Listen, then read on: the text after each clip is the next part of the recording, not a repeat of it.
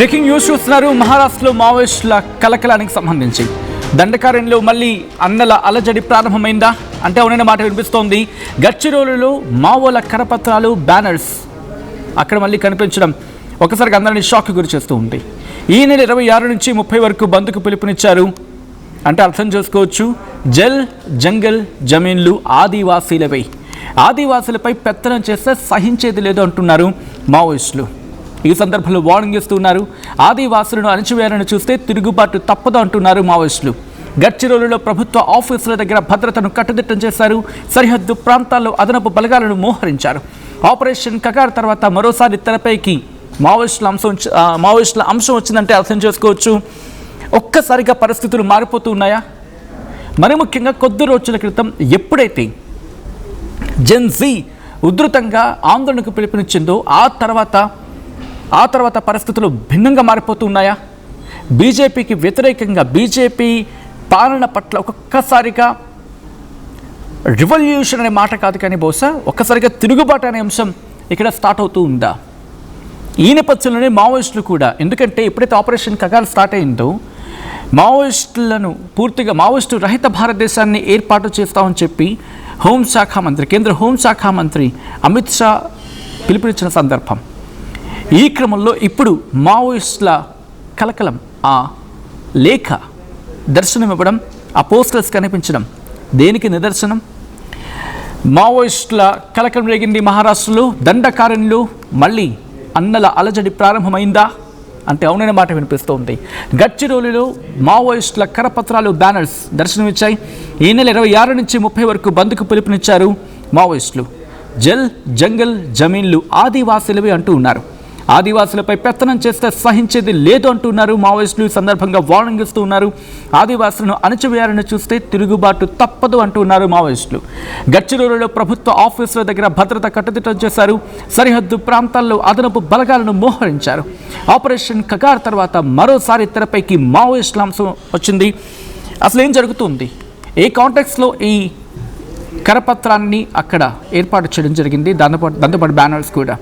Detail information తెలుసుకుందాం. మా ప్రతినిధి మధు అప్డేట్స్ అందించేందుకు సిద్ధంగా ఉన్నారు. మధు, మావోయిస్టులు రిలీజ్ చేసిన ఈ లేఖ, అక్కడ కనిపిస్తున్న బ్యానర్స్, ఈ పరిస్థితిని ఎలా చూడాలి?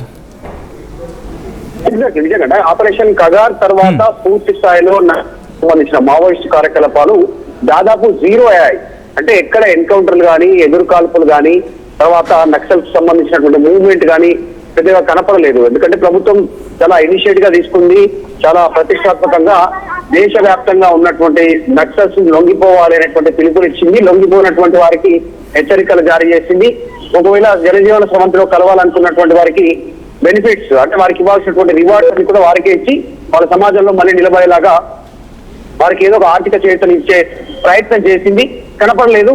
ఇప్పుడు ఇన్ని రోజుల తర్వాత ఆపరేషన్ కగార్ తర్వాత ఆల్రెడీ పోలీసుల ముందు మహారాష్ట్ర, తెలంగాణ, ఆంధ్రప్రదేశ్, ఛత్తీస్గఢ్ ఇట్లా అనేక రాష్ట్రాల డీజీపీల ముందు, ప్రభుత్వాల ముందు వెళ్ళిపోయినటువంటి నక్సల్స్, దాదాపు నక్సలిజం అంతమైపోయింది అనుకున్నటువంటి సందర్భంలో మళ్ళీ ఇప్పుడు లేఖ బయటపడడం అనేటువంటిది చర్చనీయాంశం అవుతుంది. కాకపోతే ఈ లేఖ నిజమైనటువంటి లేఖనైనా లేదంటే ఇంకోరైనా ఇతరత్రులు చేశారనేటువంటి దానిపైన కూడా పోలీసులు దృష్టి పెడుతున్నట్టుగా తెలుస్తా ఉంది. ఇంకో 3 అంశాలు జల్ జంగల్ జమీన్ చెప్పారు. మొదటి నుంచి అదే శ్లోకంతో ముందుకు పోతా ఉన్నారు. కాబట్టి ఆదివాసీ ప్రాంతాల్లో, అంటే హిల్ ఏరియాల్లో మైనింగ్ సంబంధించి ఇతర వేరే కార్యకలాపాలు చేయొద్దు, వారికే ఉండాలనేటువంటి ఒక డిమాండ్ వీళ్ళు చేస్తున్నట్టుగా తెలుస్తా ఉంది. గడ్చిరోలి మనకు తెలిసిందే. గడ్చిరోలి జిల్లా అనేటువంటిది మావోయిస్టుల పట్టు ఉన్నటువంటి ప్రాంతం.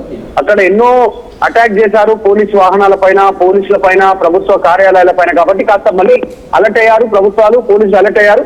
ప్రభుత్వ ఆఫీసులకు సంబంధించి భద్రత పెంచినట్టుగా తెలుస్తా ఉంది. ఇది చాలా రోజుల తర్వాత మళ్ళీ మావోయిస్టు పేరిట లేఖ రావడం అనేటువంటి కాస్త ఆందోళన కొనసాగించింది. నిజంగానే ఇది మావోయిస్టులు ఇంకా ఉన్నారా? ఉంటే వారి ఇన్రోల్ ఎక్కడ ఉన్నారు? మళ్ళీ సైలెంట్ అయిన తర్వాత మళ్ళీ ఎందుకు యాక్టివేట్ అయ్యారనేటువంటి చర్చ అయితే ప్రస్తుతం కొనసాగుతుంది. రైట్. అంటే ఇప్పుడు ఈ పరిణామాన్ని, ఎందుకంటే మీరు అన్నట్టుగా చాలా రోజుల తర్వాత operation Kagar, if I'm not wrong 2026 ending కల్లా, అంటే మిడ్ ఆఫ్ 2026 అనుకున్నారు, బట్ 2026 ఎండింగ్ కల్లా దీన్ని పూర్తిగా మావోయిస్టు రహిత భారతదేశంగా ఇటు భారత్ను ఏర్పాటు చేయాలి అని చెప్పి కంకణం కట్టుకుంది అనుకోవాలి కేంద్ర ప్రభుత్వం. ఇది వాళ్ళు ఇచ్చిన అఫీషియల్ స్టేట్మెంటే. సో ఇప్పుడు దీనికి ప్రెసెంట్ వ్యతిరేక పవనాలు వీస్తున్నాయి బీజేపీకి అని మాట్లాడుకుంటున్న సందర్భంలో ఇది ఆ కోణంలో చూడొచ్చా, లేకపోతే how we have to look in to this? Exact, నిజంగానే ఈ సిచ్యువేషన్ లో దాదాపు దేశంలో నక్సలిజం మావోయిజం అంతమైంది అనేటువంటి ఒక స్టేట్మెంట్ చేసింది. తెలంగాణలో కూడా ముఖ్యమంత్రి రేవంత్ రెడ్డి సమక్షంలో చాలా మంది నక్సలైట్లు లొంగిపోయారు. యాక్టివ్ గా ఉన్నటువంటి వాళ్ళు, రివార్డ్స్ ఉన్నటువంటి వాళ్ళు, యంగర్స్ చాలా చిన్న ఏజ్ 16-17 ఏజ్ నుంచి మొదలుకుంటే, అంటే ఈ మధ్య కాలంలో రిక్రూట్ అయినటువంటి వాళ్ళంతా కూడా 16-17-18 ఇయర్స్ ఉన్నటువంటి వాళ్ళు కూడా లొంగిపోయినటువంటి సందర్భం మనం చూసాం. మరి మిగతా వాళ్ళు ఇంకా కొంతమంది దొరకనటువంటి పరిస్థితి. నేపాల్ సరిహద్దుల్లో కొంతమంది ఉన్నారు, నేపాల్ నుంచి కార్యక్రమాలు కొనసాగిస్తున్నారు అనేటువంటి చర్చ గతంలో కొనసాగింది. ఇంకా 2-3 కీలక బిగ్ హెడ్స్ నక్సలిజంలో మావోయిజంలో బిగ్ హెడ్స్, అంటే వ్యూహాత్మకంగా నక్సలిజాన్ని పెంపొందించేలాగా గ్రౌండ్ లో కార్యాచరణ చేపట్టేలా కొంతమంది టీమ్స్ హెడ్స్ ఉన్నారు. వాళ్ళు కూడా ఇంతవరకు బయటపడలేదు, వాళ్ళ ఆచూకీ ఇంతవరకు తెలియలేదు. కేంద్ర ప్రభుత్వం ముందు లొంగిపోనున్నారు అనేటువంటి చర్చ జరిగినప్పటికీ కూడా వాళ్ళు ఇంతవరకు ముందుకు రాలేదు. వాళ్ళు మళ్ళీ మూవ్మెంట్ స్టార్ట్ చేశారా, గ్రౌండ్ యాక్టివిటీకి సంబంధించి కొంతమంది ఉన్న యాక్టివేట్ చేశారా అనేటువంటి చర్చ అయితే కొనసాగుతోంది. ఇది ఎగ్జాక్ట్లీ బీజేపీకి వ్యతిరేకం అని చెప్పడానికి కూడా కాకుండా ఒకటే దేశవ్యాప్తంగా ఎలాంటి స్టేట్మెంట్ ఇవ్వలేదు. కేవలం ఒక ప్రాంతంలో జంగల్ జమీన్ అనేటువంటి, అంటే ఆదివాసీల హక్కుల గురించి మాట్లాడారు. మీరు స్థానికంగా అక్కడ ఎవరైనా ఇన్ఫ్లుయెన్స్ అయిన వాళ్ళ నిజంగానే మావోయిస్టుల వాళ్ళ అనేటువంటి దానిపైన దృష్టి పెడతా ఉన్నారు. కానీ ప్రభుత్వం అలర్ట్ అయింది నేతలకు సంబంధించి, సో మరింతగా కీలకంగా దృష్టి పెట్టేటువంటి అవకాశం అయితే కనిపిస్తా ఉంది మహారాష్ట్రకు సంబంధించి. Alright, thanks for the update Madhu. Another big breaking news చూస్తున్నారు. మహారాష్ట్రలో మావోయిస్టుల కలకలం రేగింది. దండకారణ్యంలో మళ్ళీ అన్నల అలజడి రేగింది. గడ్చిరోలిలో వెలిసాయి మావోయిస్టుల కరపత్రాలు, బ్యానర్స్. ఈ నెల 26 నుంచి 30 వరకు బంద్కు పిలుపునిచ్చారు మావోయిస్టులు. జంగల్ జమీన్లు ఆదివాసులవే అంటూ ఉన్నారు. ఆదివాసులపై పెత్తనం చేస్తే సహించేది లేదంటున్నారు మావోయిస్టులు. ఈ క్రమంలో వార్నింగ్ ఇస్తున్నారు. ఆదివాసులను అణచివేయాలని చూస్తే తిరుగుబాటు తప్పదు అంటూ కూడా మావోయిస్టులు వార్నింగ్ ఇస్తుంటే అర్థం చేసుకోవచ్చు. గడ్చిరోలులో ప్రభుత్వ ఆఫీసుల దగ్గర ఇప్పటికే భద్రతను కట్టుదిట్టం చేశారు అధికారులు. సరిహద్దు ప్రాంతాల్లో అదనపు బలగాలను మోహరించారు.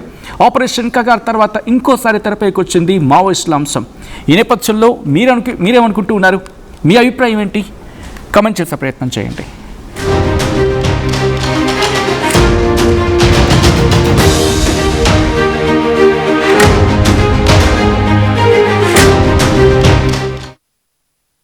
ఏం కొన్నావురా? అమ్మకి 10, అత్తమ్మకి 6, అమ్మమ్మకి 4 కేజీలు చీరలు మావా. అబ్బో, ఇక్కడ కేజీ చీరలు కొంటే అర కేజీ చీరలు ఫ్రీ అంట.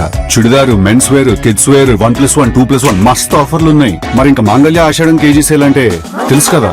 మాంగళ్య షాపింగ్ మాల్ కేజీల్లో సేల్, టన్నుల్లో ఆనందం.